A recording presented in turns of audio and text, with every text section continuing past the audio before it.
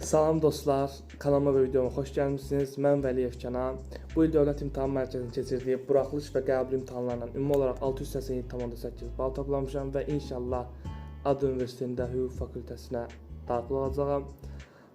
Eyni zamanda bu videoda Respublika fənn olimpiadaları haqqında və ingilis dilimi necə 0-dan 100 bala inkişaf etdirdiyim haqqında danışacağıq. Elə isə başlayaq. Buraxılış və blok balım haqqında danışmaq istəyirəm. Bildiyiniz kimi bizim buraxılışımız böyle biraz sensasiyalı oldu. Lakin məndə belə bir üstünlük var ki, mən ingilis dilini ayrı imtahan kimi verdim. Yəni ilk imtahanda rus dilindən iştirak etdim. Deməli, ilk imtahanım nəticəsi 192,4 bal oldu. Azərbaycan dili və riyaziyyat ikisi bir yerdə. İngilis dilim arıza verdim 19 aprel 100 bal. Blokum isə 395,5 bal oldu. Ümumi olaraq isə 687,8 bal. Deməli, ilk sualımıza keçək. Hazırlıqlara nə vaxt başlamaq lazımdır? Əslində bu uşağın səviyyəsindən dəyişən bir şeydir. Mən 9-cu sinifdə başlamışam bütün fənlər üzrə. Siz 9-cu sinifdə buraxılış fənlərindən başlasınız daha yaxşı olar. Əgər blok fənlərində müəyyən bazanız varsa. Əgər yoxdursa, bloku da 9-cu sinifdən başlamağı məsləhət görərdim. Lakin onu da unutmayın ki, məktəbdə aldığınız baza çox vacibdir. Heç vaxt hazırlıqlara bel bağlamayın. Mən onsuz hazırlığa gedirəm, məktəbdə niyə oxuyuram? Bu çox əsassız bir fikirdir. Orada götürməlisiniz. 9-cu sinifdə hazırlığa gedəndə sözə istisnalı uşaqlar çıxır, hazırlıqlara başlayır və yaxşı inkişaf edir. Lakin bu onlar üçün də çox çətin olur. Əgər amma 7-8-ci sinifdəsə və riyaziyyatınız və ingilis diliniz zəifdirsə, 1 və ya 2 fəndən hazırlığa getməyinizi məsləhət görərəm. İkinci sualım gündə neçə saat dərs oxumaqla bağlıdır. Sözün düzü, mən çox dərs oxuyurdum. Yəni bunu etiraf etməliyəm. Gündə ən az 8-10 saatım dərs oxumaqla keçirdi. Lakin çox oxumaq şərt deyil. Cəmiyyət deyil, keyfiyyət önəmlidir. Lakin mənim yaddaşım zəif idi. Nə qədər yüksək bal yığsam da bunu disiplinlə əldə etmişəm. Lakin yəni ki, sizin özünüz də asılıdır, yaddaşınız da asılıdır və hər dəfə təkrar etməlisiniz. Mən hər dəfə eləyirdim. Nəsə ona da bir toxunacağıq. Deməli, 9-cu siniflərə ilk olaraq tövsiyə edirəm.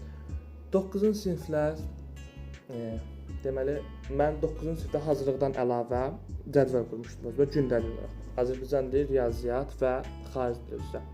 Azərbaycan dili hər gün istisnası olaraq 2 mətn işləyirdim. Bu ERM 9-cu sinifdən olurdu. İndi isə yeni çıxan siz DİM-20 sınav 9-cu sinifdə istifadə edə bilərsiniz və MV Akademiyanın vəsaitlərindən. Yəni hər gün mətn işləməlisiniz. Riyaziyyatda müəllimin verdiyi tapşırıqları axıra kimi yerinə yetirirsiniz və xüsusilə axırdakı ətraflı sualları, demin ki bu 11-lərə düşür, onların hamısını işləməlisiniz. Çətinlik çəkirsə YouTube-dan da kömək alına dəstək ala bilərsiniz. İngilis dili isə hər gün mən 15 söz öyrənirdim.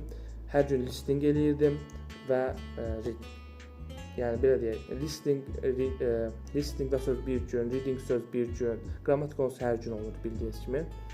Yəni 9-cu imtahanında belə hazırlaşa bilərsiniz. Yəni çox da özünüzü yormayın 9-cu imtahanında. Keçdik 10-cu sinifə. 10-cu sinif ən yaxşı dövrdür. Çünki imtahan yoxdur bu dövrdə. Və bu dövrdə sizə onu məsləhət görürəm ki, olimpiada və müsabiqələrdə iştirak edəsiniz. Çünki 11-ci sinifdə olimpiada iştirak etmək həqiqətən çətin olur. Mənə çox çətin oldu. Ən yaxşı dövr 10-cu sinifdir. Çünki olimpiada sizə hər nə qədər desələr də, məsələn, tarixdən olimpiadadan qalib olduqda universitetdə gedirsən, lakin müəyyən ixtisaslara və vacib olmayan ixtisaslara. Lakin o medal sizi tanıdır.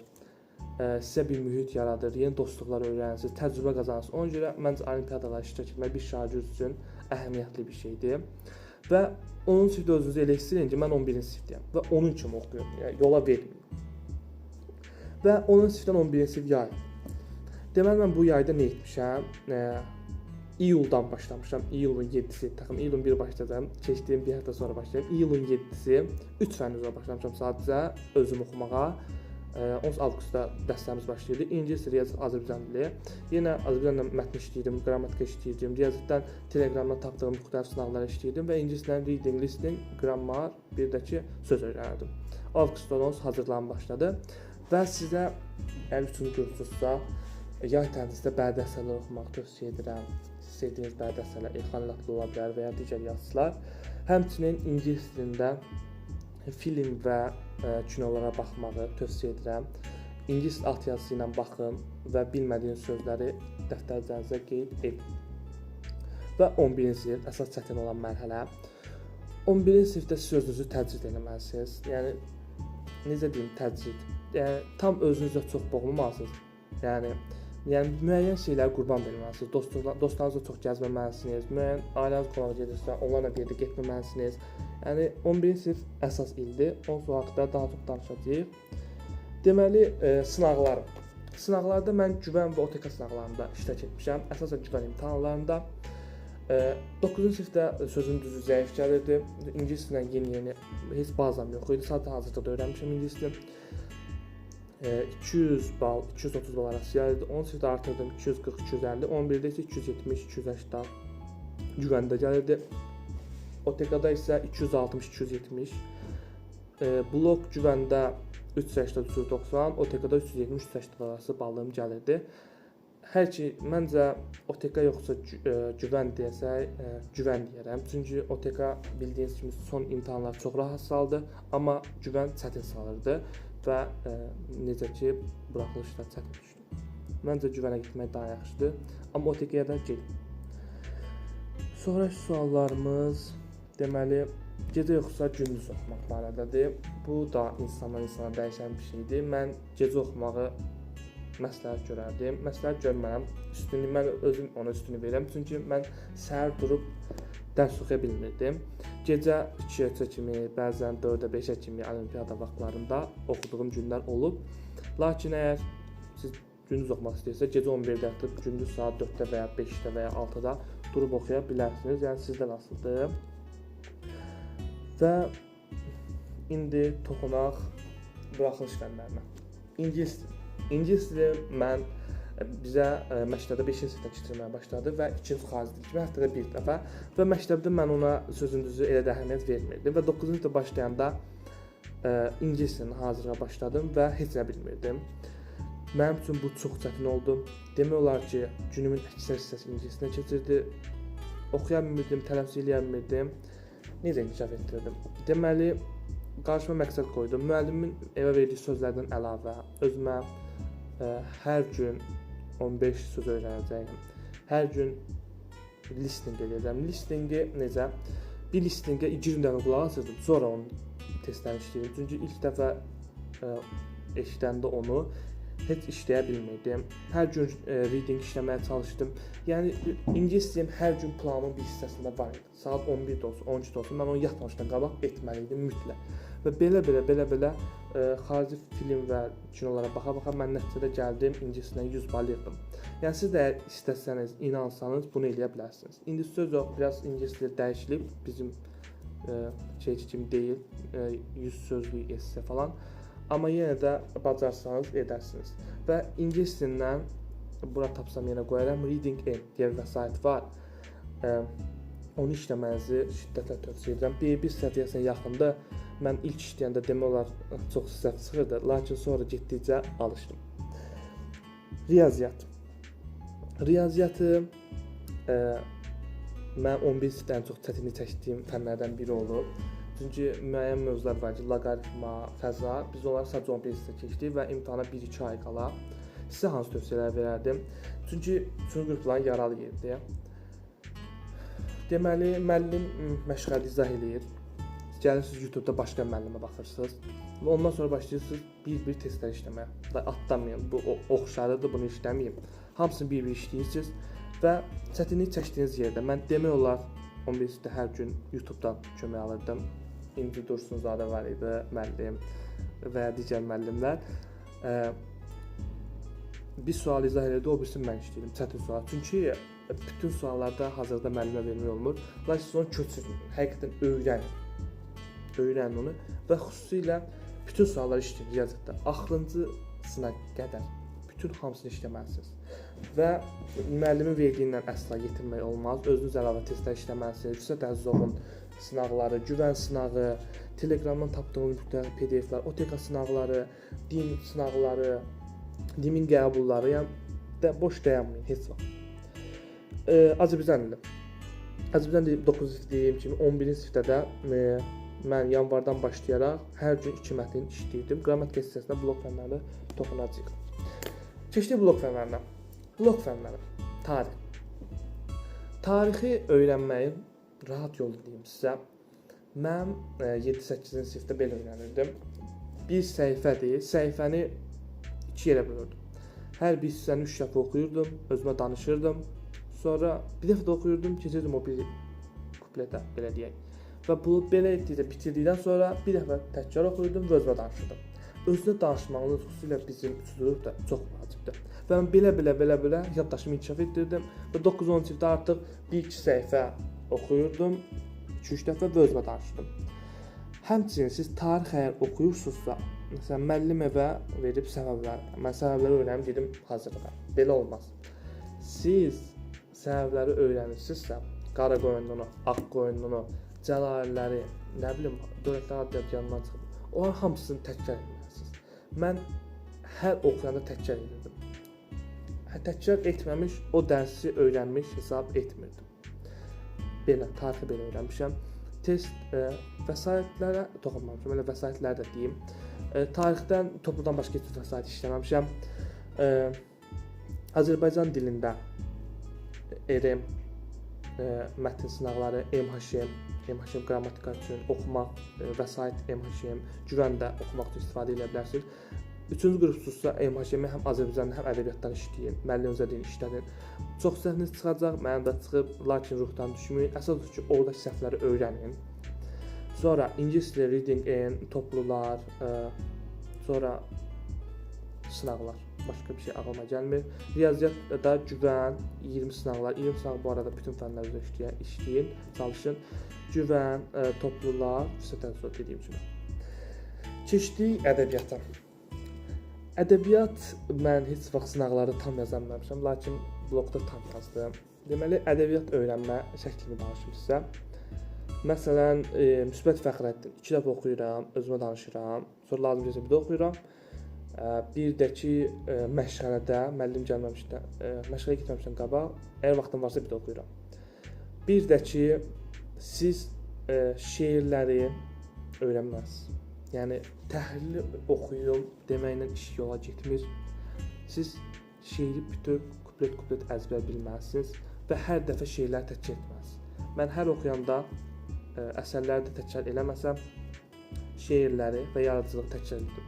Yaradıcılıq mövzusuna toxunaq. Çox uşaq deyir ki, 2-3 saat düşün, niyə oxuyuruq? Mən də hər dəfə müəllimə qoyun deyirdim, lakin deyir, düşəcək oxuyum və yaxşı da oxuyurdum. Özünüzü indidən, gözünüzdə onu böyütməyin. Onu oxuyun, sizin hekayəni oxuyum, sonra gəlin bunu oxuyaram deyin.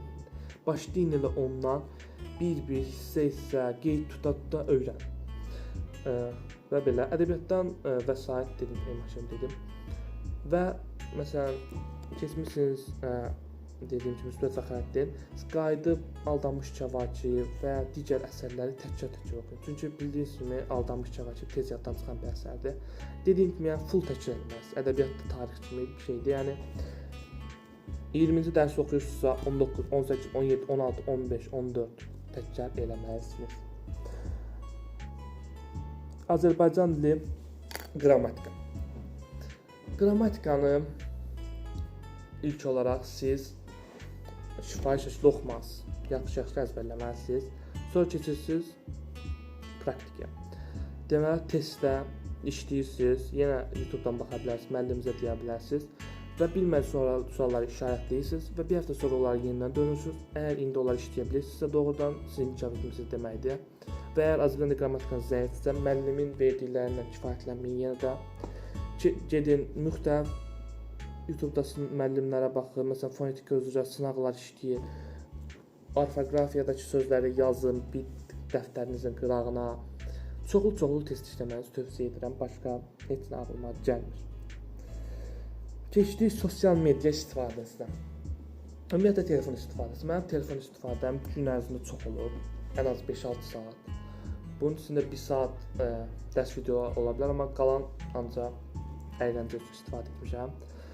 Lakin mən sosial media istifadə etməmişəm. TikTok və Instagram Çünki bunlara baxanda nəsə bir vicdan azabı gəlirdi mənə. Lakin siz özünüzə inanırsınızsa, yəni mən onsuz yarım saat istifadə edəcəm və Instagrama özünüzə vaxt qoya bilərsiniz ki, yarım saatdan sonra girmək olmasın. İstifadə edə bilərsiniz. Onsuz WhatsApp, Telegram bunlar vacib şeylərdir. PDF-lər üçün, müəllimlərlə əlaqə üçün. Belə, dediyim kimi, yəni amma TikTok-u məncə istifadə etməyin. Keçdik telefon istifadə müddət dedik. Dərslərdən bezəndə nə etmək lazımdır? Dərslərdən bezəndə yəni dərs oxumaq lazımdır. Əslində mən dərslərdən bezəndə nə edirdim? Gəlib kinolara baxırdım. Məsələn, Möhtəşəm Yüzyıla baxırdım. Tarix kino idi və baxırdım, çıxa bilmirdim o kinodan. Sonra yenə böyük bir vicdan azabı gəlirdi ki, dərs oxumursan, 600 bal keçənmirsən və özümə çox yükləndim. Lakin dərslərdən bezəndə telefona baxmayın. Gedin, sonra bir duş qəbul edin və ya çöldə gəzin. Həqiqətən siz 1-2 saat uzaq qalsanız dərslərdən, sizin üçün də yaxşı olacaq. Həm də dərslərdən saat darıxacaqsınız. Əgər həqiqətən oxuyan bir uşaqsınızsa, dərslərdən saat darıxacaqsınız. Və belə həqiqətən 11-ci sinif çox xoşuma olacaq. İndi deyim, amma bilməyəcəksiniz haradan gəlib hara gedəcək. Belə oxuya gedin. Motivasiyadan danışım. Motivasiya bir müddət olur, lakin sonra öz yeni disiplinə verir. No pain, no gain. Yəni əziyyət çəkirsinizsə, onun həqiqətən bəhrəsini görəcəksiniz. Motivasiyanızı özünüzü motivasiya edin. Mən özümü beynəlxalq sahələrdə görürəm. Mən hüquqşünas olmaq üçün, mən gələcəyin həkimi olacağam deyə özünüzü motivasiya edin. Sonra sonuncu olaraq olimpiyadan danışmaq istəyirəm. Əvvəl deyim bunu, əgər istəsəz ayrı-ayrı fənlər üzrə ədəbiyyat, ingilis dili sıfırdan necə öyrəndim, gələ bilər video. Keçdim olimpiyadaya. Olimpiyada mən həmçinin Qərbi Azərbaycan Qardaş Olimpiyadasında iştirak etmişəm. Qızıl və səhvimdə var, qızıl və gümüş medal qazanmışam. Həmçinin Respublika fənn olimpiyadanın tarix fənni üzrə qızıl medal qazanmışam 11-ci sinifdə. Bu dövr mənim üçün həqiqətən çox çətin olub. Çünki buraxılış, blok, olimpiyada 11-ci sinifdə mənə deyirlər olimpiyada nə edirsən, bloku yığanmayacaqsan, bal yığanmayacaqsan. Mən də belə düşünürdüm sözün düzü. Lakin mənim yarım qalmış bir hekayəm var idi. Çünki 8, 9, 10 siniflərdə 9-cu sinifdə finala çıxdım. 8-ci sinifdə Azərbaycandan getdim, Azərbaycan Dövlətdən. Və ikinci mərhələdə şok oldum ki, sən demə 8-ci sinifdə olanda ikinci mərhələdə 9-cu sinifdə düşür. Mən bunu bilmirdim. Heç də mənə deməmişdi, sağ olsun. Və 75 bal yığdım ki, 81 idi. Yəni 8-ci sinifdə hər şeyi düz yazmışdım demək olar ki. 9-cu sinifdə getdim, bu dəfə bilirdim, lakin tarixdən getdim. Finala çıxdım, lakin finala çıxdım da çıxdım. Finaldakı suallar qətiyyən o suallar deyildi. Deməli, düşüb analitik esse yazım, infoqram qurum, infoqratif qurum. Mən yenə kəsildim, medallanmadım. 10-cu sinifdə deməli, ikinci mərhələdən finala keçməyə cəmi 0.5 balım çatmadı. Bəli, bir dənə səhv sual var idi, lakin qəbul eləmədilər. Nəsə, gəldi 11-ci sinif. Və mən dedim ki, bu dəfə olmalıdır. Və bu dəfə tək bacaranmayacağam və müəllimə qoşuldum. İsmail Rıza Şəfəq müəllimə, yəni izləyirsə ona da salam olsun. Olimpiyadan müəllimə qoşuldum və Şəfəq müəllim olimpiyadan yollanmırdı. Mən abituriyent kimi hazırlaşırdım, hazırlıqlarda və xüsusilə tarixdə olur sarı hissələr. Onları oxumurdum. Lakin müəllim onları oxumağın vacibliyini və finalda essenin, daha sonra analitik esse, infoqratif, infoqram qurulmasının yollarını öyrətdi və mən nəticədə medal əldə etdim və qızıl medal. Sizə necə tövsiyə verim? Deməli, bunu həqiqətən hazırlıq prosesində davam etdirmək çətindir. Hazırlıqlarda, olimpiyadada birgə çətin olur.